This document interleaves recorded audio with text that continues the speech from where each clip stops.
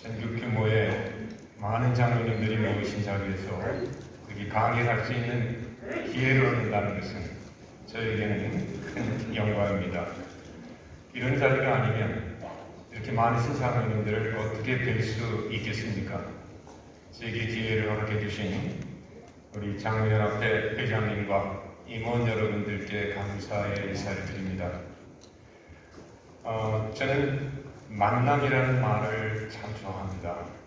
왜냐하면 삶의 진정한 기쁨과 가치와 의미는 만남에서 비롯된다고 생각을 하고 있기 때문입니다.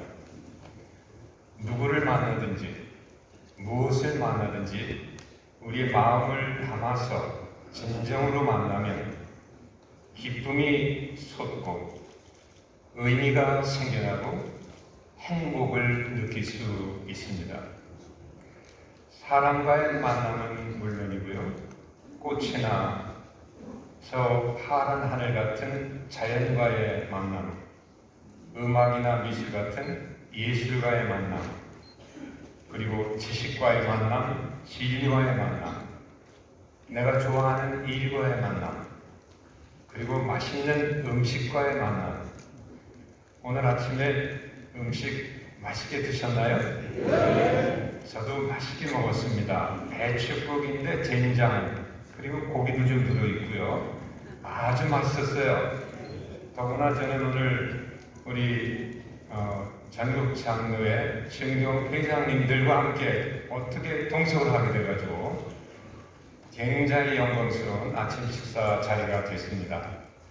어떤 만남이든지 마음을 담아서 진심으로 만나면 그 만남 자체에서 기쁨이 솟습니다. 행복이 느껴지는 것입니다. 여러분, 만남이라는 노래도 있는데 아시나요? 예, 그 가수 노사연님이 부른 노래죠.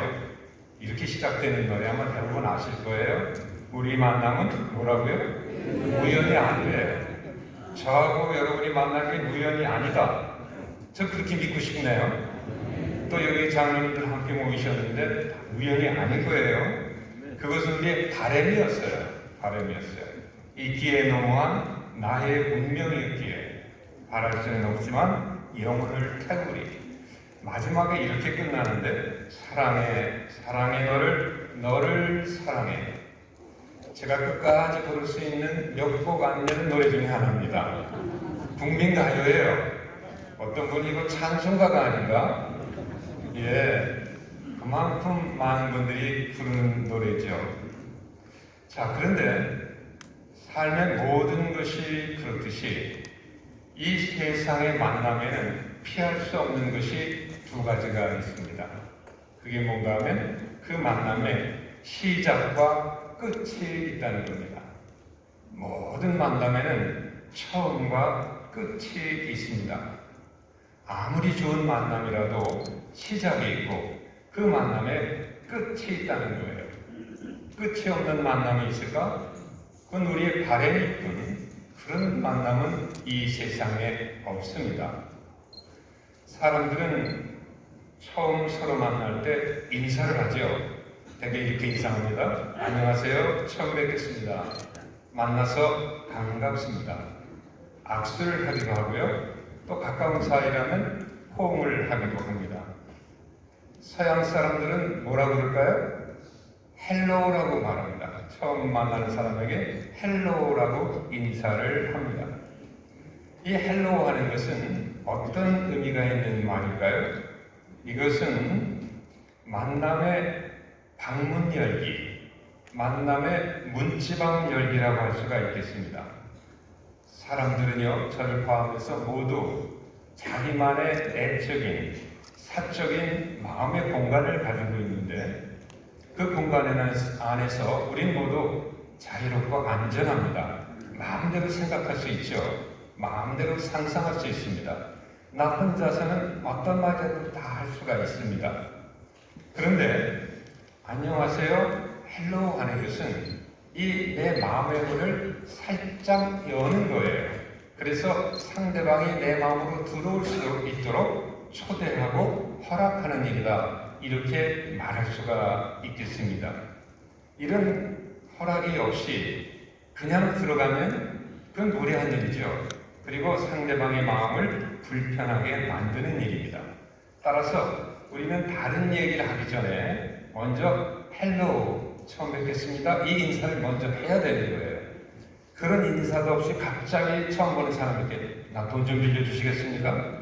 정신 나간 사람이죠. 우리는 적어도 헬로우를 하고 마음의 문을 연 다음에 내 마음 깊은 얘기를 할 수 있는 단계를 거치게 된다는 겁니다. 그러므로 헬로우 하는 것은, 처음 뵙겠습니다 하는 것은 인간관계에 있어서 없어서는 안 되는 중요한 행위 의례라고 할 수가 있겠습니다. 이것은 인류가 오랜 세월을 살아오면서 이렇게 하는 것이 좋다라고 형성된 하나의 의례인 겁니다. 이건 단지 형식이 아닌 거죠. 우리의 삶에 필요한 것으로 자리를 잡는 겁니다. 그러므로 우리는 처음 만나는 사람들과 헬로우를 해야 됩니다. 처음 뵙겠습니다라는 인사를 하는 것이 서로 안전하고 편안한 관계를 유지할 수 있는 근거가 되는 겁니다. 이 시간 저는 여러분과 헬로우를 하고 있는데요.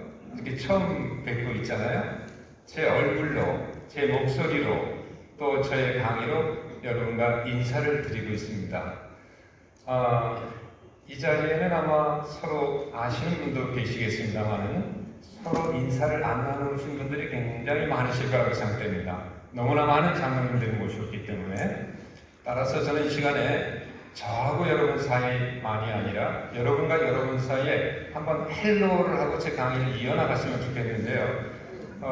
장로님들께서 이렇게 오른손을 살짝 들어봐 주실 수 있겠습니까? 이렇게 흔들어 봐 주실 수 있겠어요? 옆에 있는 분만이 아니라 멀리 있는 분이 볼 수 있도록 높이 들고 흔들어 보시면서 처음 뵙겠습니다 한번 해보시죠. 반갑습니다 한번 해보시고, 저 코너에 저 뒤에 계신 분에게도 처음 뵙겠습니다 다시 한번 해주세요. 반갑습니다. 축복합니다. 네, 고맙습니다. 이런 정도는 해야 그 다음에 마음이 좀 충분해져요. 이런 것도 없이 그냥 마음에 있는 깊은 얘기를 하기가 어렵게 느껴지는 겁니다. 자, 그런데요, 사람들은 만났다가 헤어질 때도 인사를 합니다. 어떻게 인사를 하죠? 안녕히 가세요. 만나서 즐거웠습니다. 또 뵙고 싶습니다. 서양 사람들은 헤어질 때 어떤 말을 하죠? 굿바이라고 말합니다. 안녕히 가십시오. 굿바이. 좋은 하루 되세요. 그럼 이렇게 헤어질 때 하는 인사말, 굿바이라는 것은 또 어떤 의미가 있는 의례입니다. 이것은 만남의 마무리를 하는 말입니다.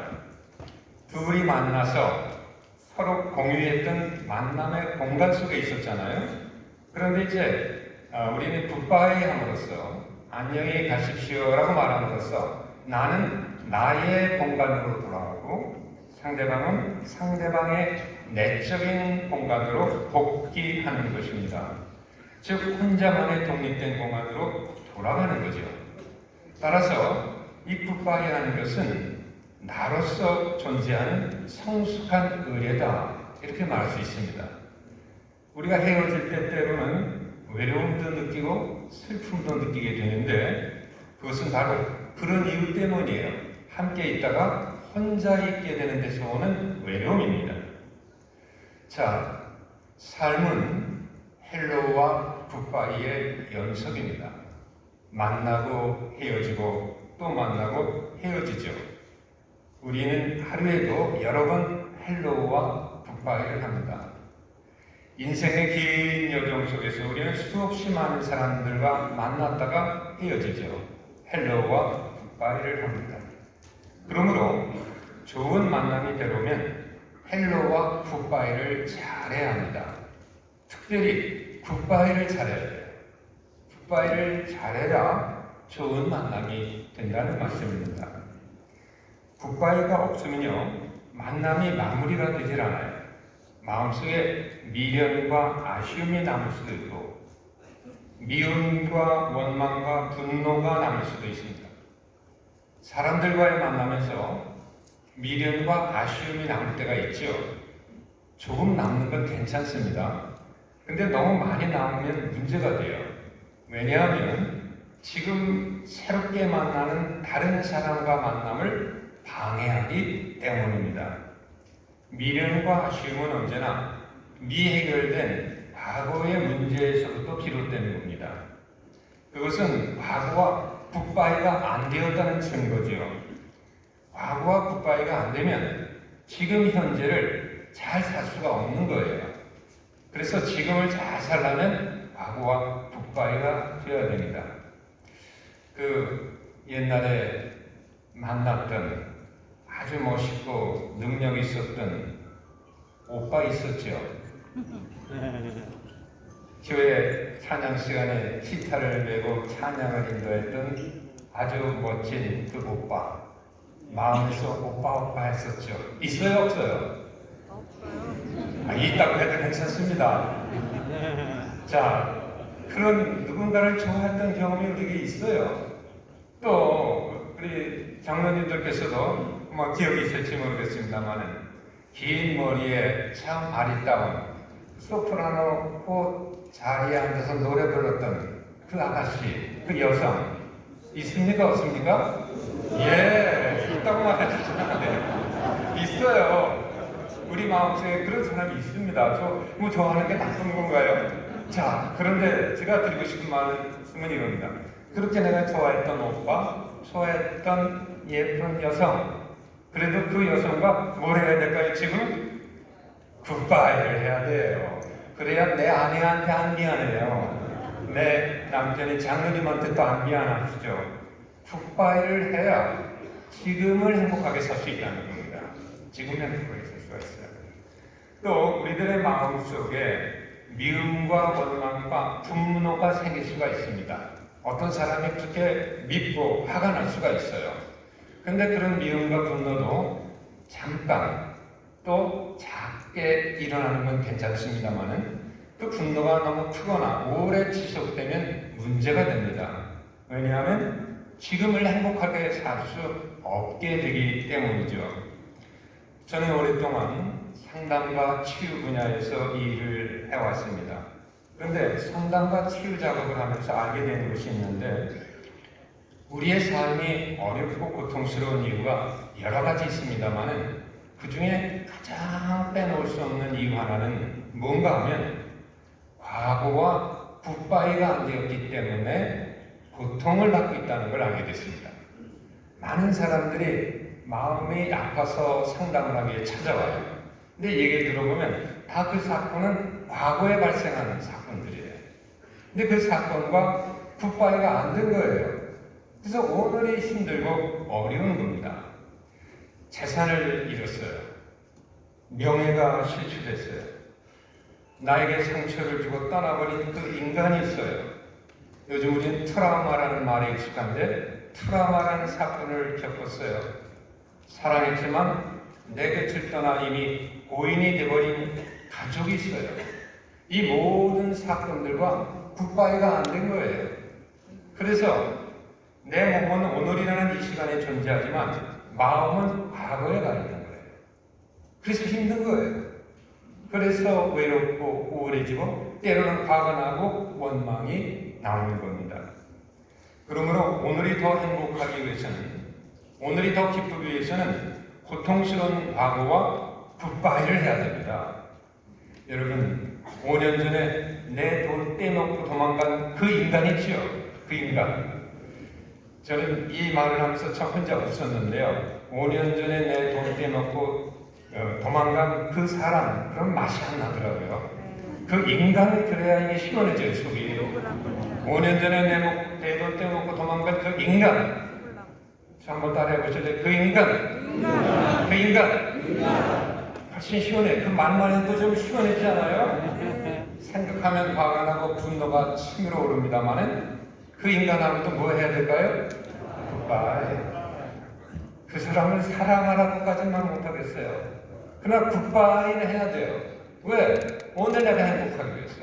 오늘 내가 행복하기 위해서. 또 나를 학대하고요. 나를 폭행하고요.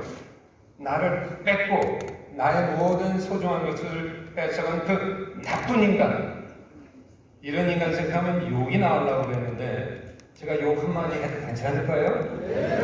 그 습을나무 스키, 그 나쁜 놈의 스키, 그게 우리 안에 들어와 있다고요. 우리 안에 들어가고 있다고요. 그러나 그 스키와 또 뭘 해야 될까요? 바이를 해야 돼요. 누구를 위해서?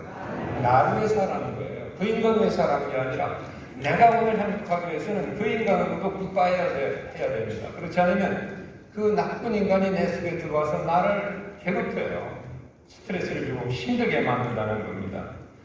여러분, 욕을 하면 내 입이 더러워지는 것일까요?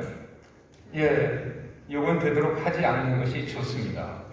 하지만 욕을 하는 것보다 더 나쁜 것은 욕먹을 짓을 하는 거예요. 욕먹을 짓을 하는 것이 더 나쁜 것이죠.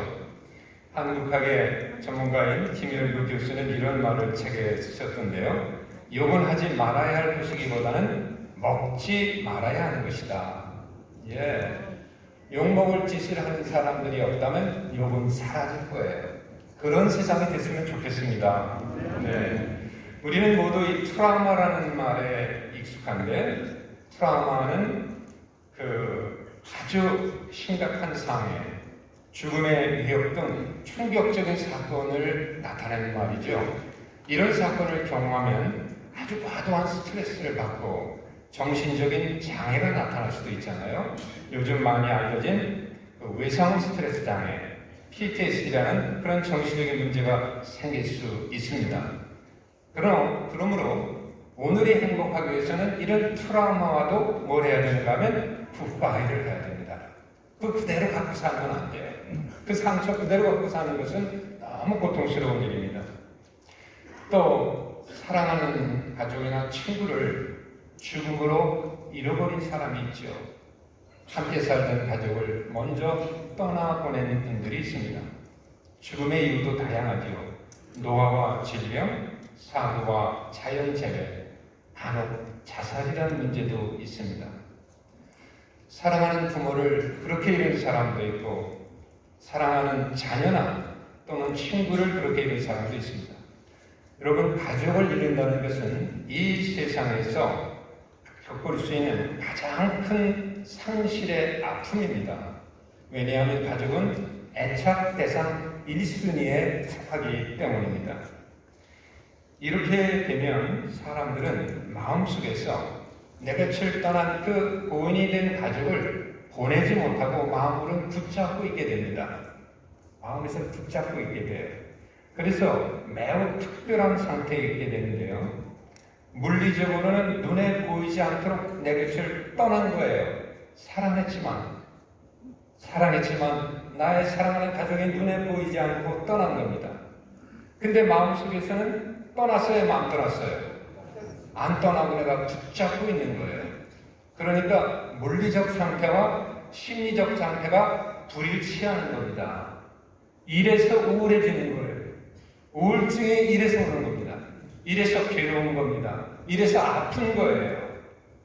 따라서 사랑하는 가족을 먼저 보내신 마음의 상처를 받고 있는 분들에게도 뭐가 필요한가 하면 굿바이가 필요한 거예요. 마음에서 그분을 보내줄 수 있어야 됩니다. 사랑하는 가족을 잃는 것만 상실이 아니죠. 함께 살던 부부가 헤어지는 것도 상실입니다. 이혼은 두 사람만이 아니라 자녀들에게도 큰 상실과 아픔을 남겨주는데요. 이분에게도 그 아픔에서 벗어날 수 있는 굿바이라는 치유의 시간이 필요합니다. 때로는 건강을 잃고 재산을 잃고 명예를 잃을 수도 있는데 이 명예를 잃는 것, 재산을 잃는 것, 어떤 사람은 주식에 큰 돈 투자했다가 날려버리는 상실 경험한 사람이 있죠. 근데 그걸 돈을 잃어버렸을 때 그것과 굿바이가 안 되면 그 잃어버렸다는 것 때문에 굉장히 괴로워하면서 후의 삶을 못 살아요. 그것과도 뭘 해야 되냐면 굿바이를 해야 됩니다. 굿바이를 해야 돼요. 이렇게 우리 주위에는 굿바이 할 일들이 참으로 많은데 저는 이런 생각을 했습니다. 치유란 어떤 것일까? 치유라는 말을 우리는 요즘 많이 알고 있습니다만 치유란 어떨 것인가? 치유는 이렇게 말씀드릴 수 있습니다. 치유는 아프고 불행했던 과거와 뭐 하는 것이다? 굿바이 하는 것이다. 과거에 발생했던 그 트라우마의 사건, 고통스러운 사건과 굿바이 하는 것이다. 그리고 치유 상담은 내담자로 하여금 고통스러운 과거와 굿바이 할 수 있도록 도움을 주는 것이다. 도움을 주는 것이다. 제가 일하고 있는 치유상담대학원 대학교에서는 그렇게 굿바이를 할 수 있도록 도움을 줄 수 있는 전문 상담자를 양성하고 있는 학교 기관입니다. 치유상담을 공부해야 됩니다. 그래야 굿바이를 잘 할 수 있도록 돕게 됩니다. 많은 심리학과 또 임상적인 훈련을 감당하고 있는데 여기에 그 정태기 목사님이 명예총장님으로 계시고 김의식 목사님이 현재 총장님으로 계시는데 우리는 이 치유 상담을 우리 한국 교회에 주님의 이름으로 더 확대해 가려고 하는 그런 꿈과 비전을 갖고 있습니다. 특별히 이 치유상담대학원 대학교와 그 연합해서 운영되고 있는 치유상담연구원이 있는데요. 여기에는 우리 목사님들, 사모님들이 많이 오셔서 공부를 하세요. 왜냐하면 저희가 목사님, 사모님들에게는 100% 장학금을 지급하고 있어요. 그 상당히 등록금이 되는데 왜 이런 우리가 정책을 가졌는가 하면 코로나로 어려움을 겪고 있는 목사님 또 작은 교회 목사님들이 많으시잖아요. 지금 정부에서는 자영업자들에게 정부의 지원금을 주고 있습니다만 목사님들 작은 교회는 정부 지원이 없잖아요. 참 어려운 교회 목사님들이 많으세요. 그래서 그 목사님들이 공부하고 치유받으시면 교인들을 치유하고 목회하시는데 참 도움이 될 거라는 생각을 가지고 2년 전부터 우리가 목사님 그리고 사모님들에게 정액 장학금을 줘서 공부를 하시도록 하고 있습니다. 혹시 장로님들께서 섬기시는 목사님이나 사모님에게 이것이 필요하다고 생각되면 한번 말씀해 주시면 저희 학교에서 정성껏 목사님, 사모님들을 모시고 또 교육을 하도록 하겠습니다. 자, 언급한 것처럼 치유는 고통스러운 과거와 굿바이 하는 겁니다. 그런데 과거와 굿바이 한다는 것이 과거의 사건을 지우거나 없애는 것은 아닙니다. 그걸 지울 수는 없죠. 5년 전에, 10년 전에 어떤 일이 발생했는데 그건 어쩔 수 없는 겁니다. 그러면 치유란 무언가, 굿바이 한다는 건 뭔가, 그건 과거의 사건을 그냥 과거에 두는 거예요. 과거에 두고 현재의 삶에 영향을 미칠 수 없도록 하는 겁니다. 그렇게 하는 것이 치유고 그렇게 할 수 있도록 도와주는 것이 치유 상담입니다. 이런 치유 상담자가 되기 위해서는 많은 공부를 해야 되겠죠. 심리학과 또 여러 가지 상담 기법들에 대해서 배워야 되겠습니다만은 그러나 무엇보다도 중요한 건 한 인간, 한 영혼에 대한 정말 뜨거운 사랑이 있어야 됩니다. 사랑이 없으면요, 사랑이 변하지 않아요. 사랑이 있어야 상대방이 그 에너지를 받아서 변할 수가 있습니다. 제가 좋아하는 그 상담학자 중에 어빈 야로벤이라는 분이 있는데 이런 말을 남겼어요. 치유의 핵심에 이르면 치유는 다른 게 아니라는 거예요. 두 사람 사이에, 상담자와 내담자 사이에 이루어지는 진정한 인간 체험이라고 그랬습니다. 정말 한 사람을 가슴속에서 깊이 만나면요, 그 뜨거운 사랑을 만나면 그것이 치유가 되고 회복이 되는 매우 중요한 동기를 마련해 준다는 겁니다. 그러므로 사랑은 그 어떤 것으로도 대신할 수 없는 치유의 중요한 동인이 된다, 이렇게 말할 수가 있겠습니다. 빅터 프랭클이라고 하는 정신과 의사가 있는데 이분은 나치 포로 수용소에서 아우슈비츠 수용소죠. 살아남은 정신과 의사입니다. 이분은 의미요법이라는 치료법을 만들었는데 이분은 이런 얘기를 했어요. 사람은 절망적인 상황, 고통 중에 처할지라도 의미를 잃지 않으면 살아남게 된다. 그런데 그 의미는 진정한 만남에서 비롯된 것이다. 마음과 마음을 열고 정말 만나는 깊은 만남을 경험하면 의미가 생겨나고 그 의미가 생겨나면 사람들은 절망 속에서도 다시 희망을 찾을 수 있다. 이분의 상담 사례 유명한 것이 하나 있는데요. 한 번은 이분이 잠을 자고 있는데 새벽 3시쯤이었습니다. 따르르하고 전화벨 소리가 울렸어요. 깜짝 놀라서 수화기를 들었죠. 그랬더니 가냘픈 소녀의 목소리가 들립니다. 선생님, 저는 이 세상을 하직할 준비가 다 되어 있습니다. 이제 선생님께 전화를 드린 것은 이제 유명한 상담의학자라고 하셔서 마지막으로 선생님과 이 세상에서의 하직 인사를 나누고 세상을 떠나려고 전화를 드린 겁니다. 프랭클은 너무 당황이 됐습니다. 아무리 상담에 훌륭한 대가라 할지라도 자칫하면 한순간에 감수성이 예민한 소녀가 극단적인 선택을 할 수도 있었기 때문입니다. 그래서 정신을 바짝 차리고 휴학이 들고 그 소년과 대화를 나눕니다. 왜 그런 생각을 하게 됐습니까? 아직 젊은 나이인데 이 세상은 살만한 이유가 있습니다. 결코 이 세상을 포기하면 안 됩니다. 죽어서는 안 된다고 붙잡고 밤 1시간이 넘도록 긴 시간을 상담으로 이야기를 주고받았습니다. 그러면서 마지막에 이렇게 부탁합니다. 소녀여, 당신이 생각한 것을 실천하기 전에 내가 부탁하는 것 꼭 한 가지만 들어주시오. 내 사무실이 어디에 있는데 내 사무실에 와서 나를 꼭 한 번만 만나 주십시오. 간곡히 부탁하니까 이 소녀가 그 말에 수긍을 하고 약속을 합니다. 그리고 며칠 후에 이 프랭클 선생님을 찾아갔습니다. 이 소녀와의 첫 만남에서 이 프랭클은 매우 중요한 사실 하나 발견합니다. 뭐냐면 전화를 처음 볼 때만 해도 이제 극단적인 선택을 하려던 자신의 결심이 분명했는데 그 결심을 뒤로 미루고 이 프랭클 선생을 찾아온 마음을 바꾸게 된 이유가 뭘까? 그것을 알게 된 겁니다. 그 소녀의 말에 따르면요, 그것은 프랭클 선생님의 유창한 말도 아니었어요. 고상한 지식 때문도 아니었어요. 사회적인 명성 때문도 아니었어요. 뭐 때문이었을까?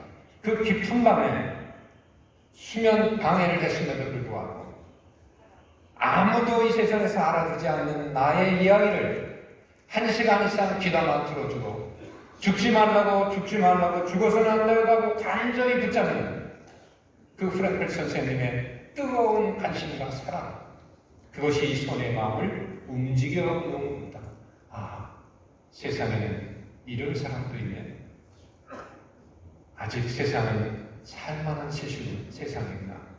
이러한 생각이 이 소녀의 마음에 생긴 겁니다. 여러분, 진정 사람의 마음을 변화시키고 치유하게 되고 과거의 상처로부터 굿바이 할 수 있도록 도와주는 것은 사랑이에요. 그 영혼을 끝까지 사랑할 수 있는 사랑의 접촉이 되어야 한 사람의 영혼이 마음이 치유된다는 겁니다. 우리 예수님은 그 사랑의 가장 원형적인 모범을 보여주셨죠. 그 사랑에 접촉될 때에 사랑은 변화될 수가 있는 것입니다. 이처럼 고통스러운 과거, 아픈 상처와 굿바이가 돼서 마음이 치유되면요, 마음에 많은 변화들이 나타나는데 그 중에 하나가 뭔가 하면 지금 여기를 사는 능력이 향상되는 겁니다. 우리 마음에 상처가 치유되면, 즉 과거와 굿바이가 되면 지금을 아주 행복하게 살 수 있는 지금 여기를 사는 능력이 향상된다는 겁니다. 지금 여기를 산다는 게 뭔가? 그것은 우리의 의식과 감각이 깨어서 내가 만나는 대상과 생생한 접촉과 경험이 가능해지는 것을 말합니다. 예를 들면 아침에 일찍 일어나서 창문을 열었다고 상상해 보세요. 창밖에 시원하고 맑은 공기가 내 피부에 와 닿습니다. 그때 우리는 그 찬고 신선한 공기를 들이쉬고 내쉬면서 자연스럽게 나오는 말이 있죠. 무슨 말 하게 될까요? 아, 시원해. 아, 상쾌해. 우리 몸에 살짝 소름이 돋을 수도 있습니다. 이 순간 나와 공기가 만난 거예요. 이 순간 나는 그 공기 앞에 깨어있는 거예요.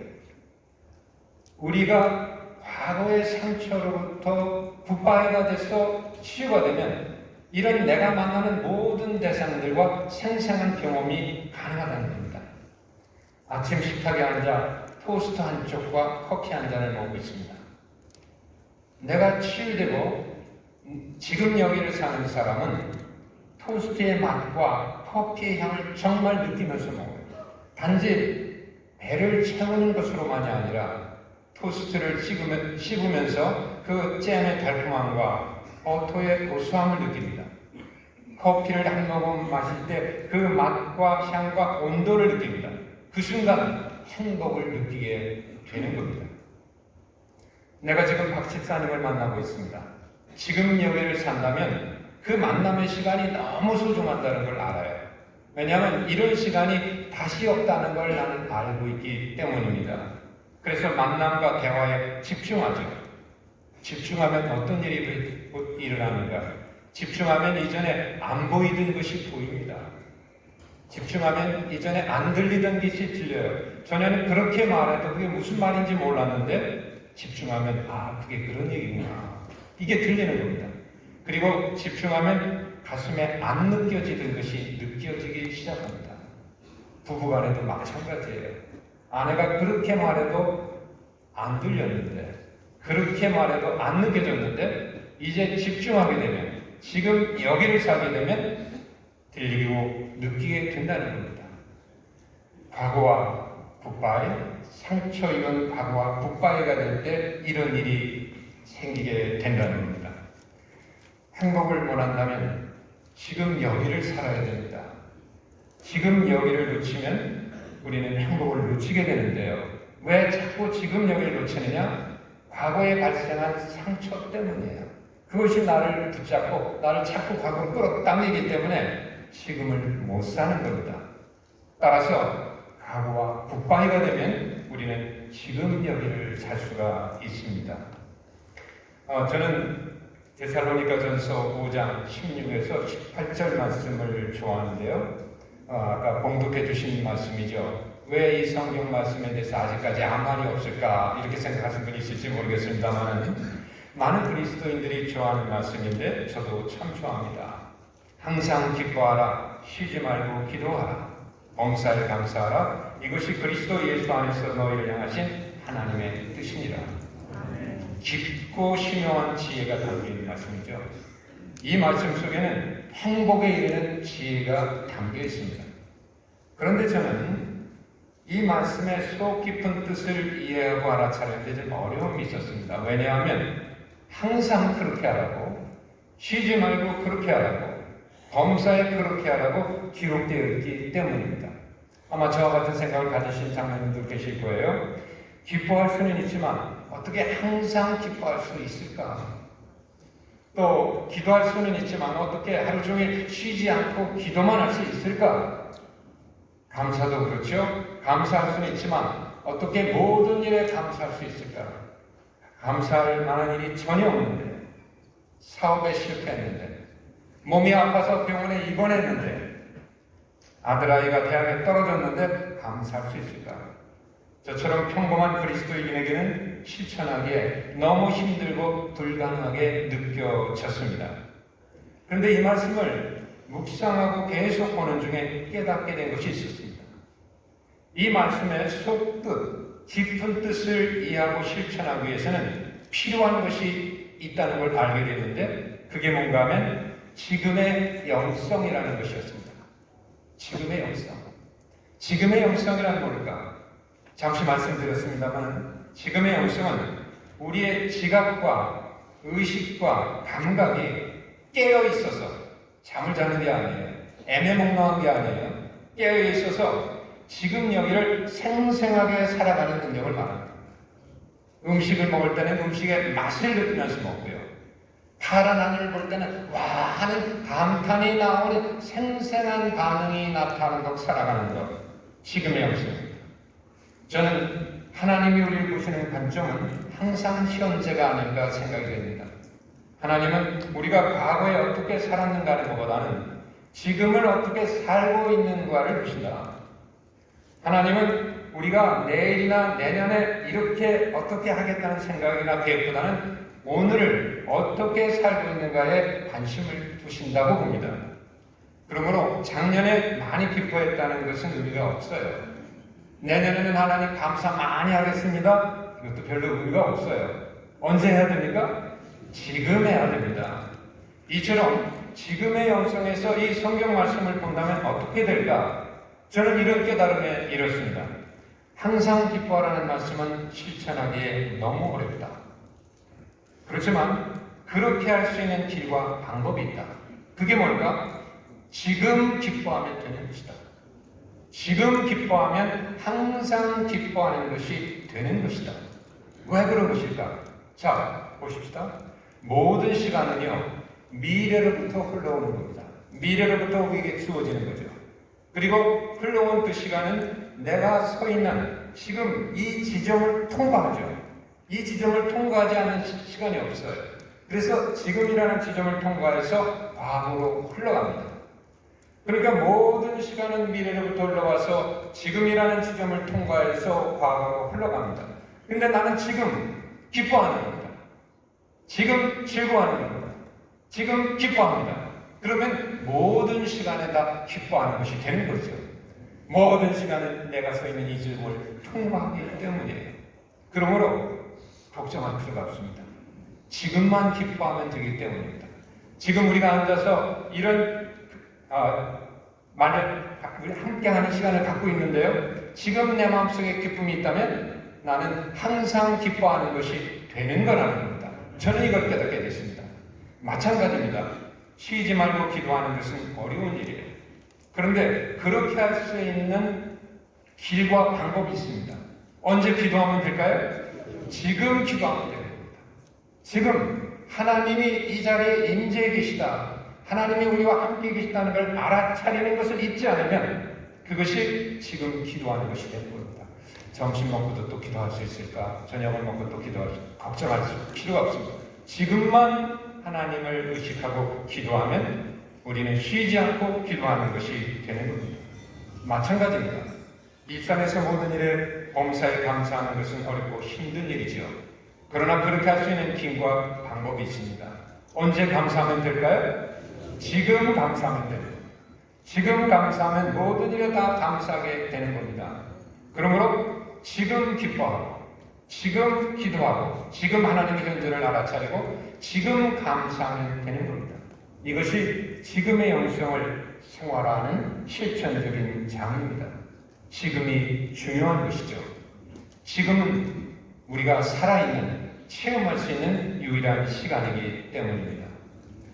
여러분, 시간은 언제나 미래로부터 와서 지금을 만나고 과거로 흘러갑니다.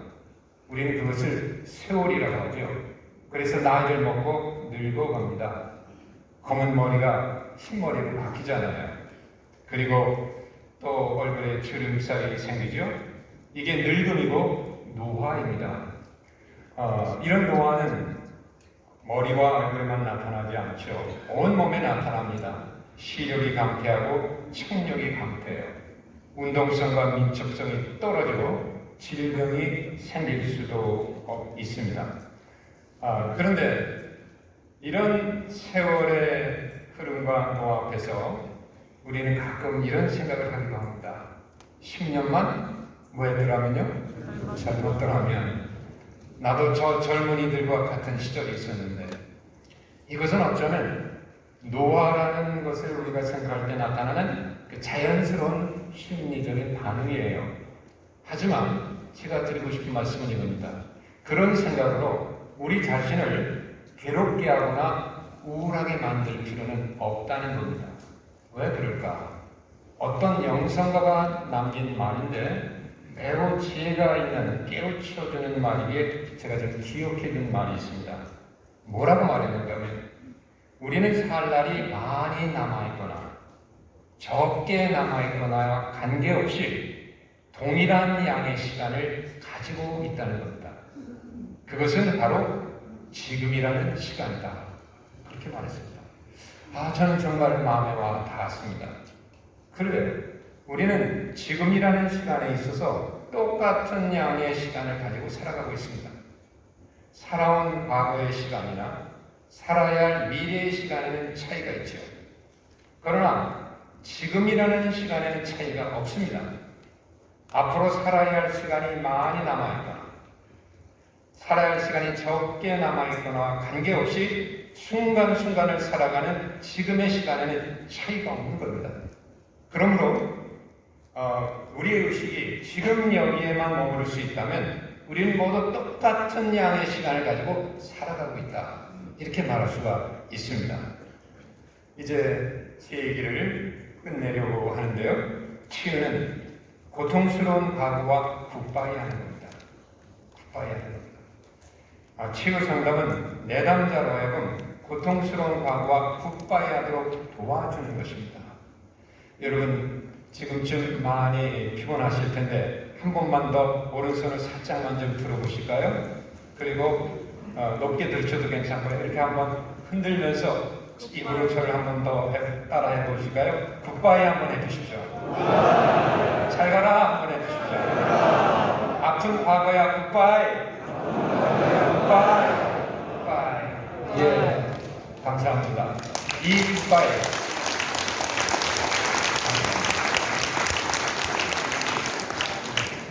제가 한 말씀만 하고 끝나기를 이 말씀은 제가 준비한 게 있어서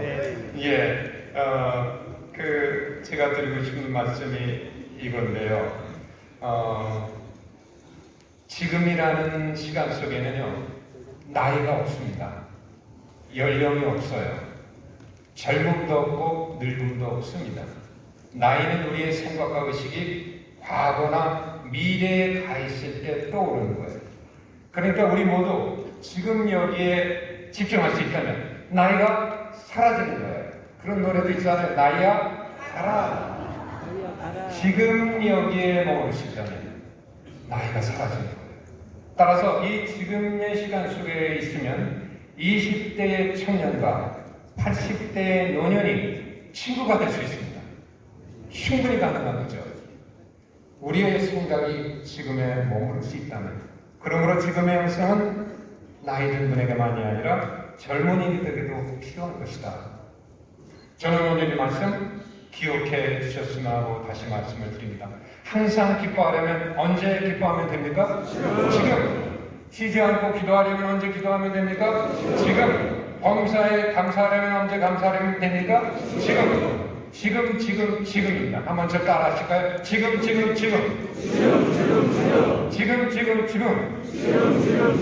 세 번 지금입니다. 네, 여러분 제 강의 경청해 주셔서 감사합니다.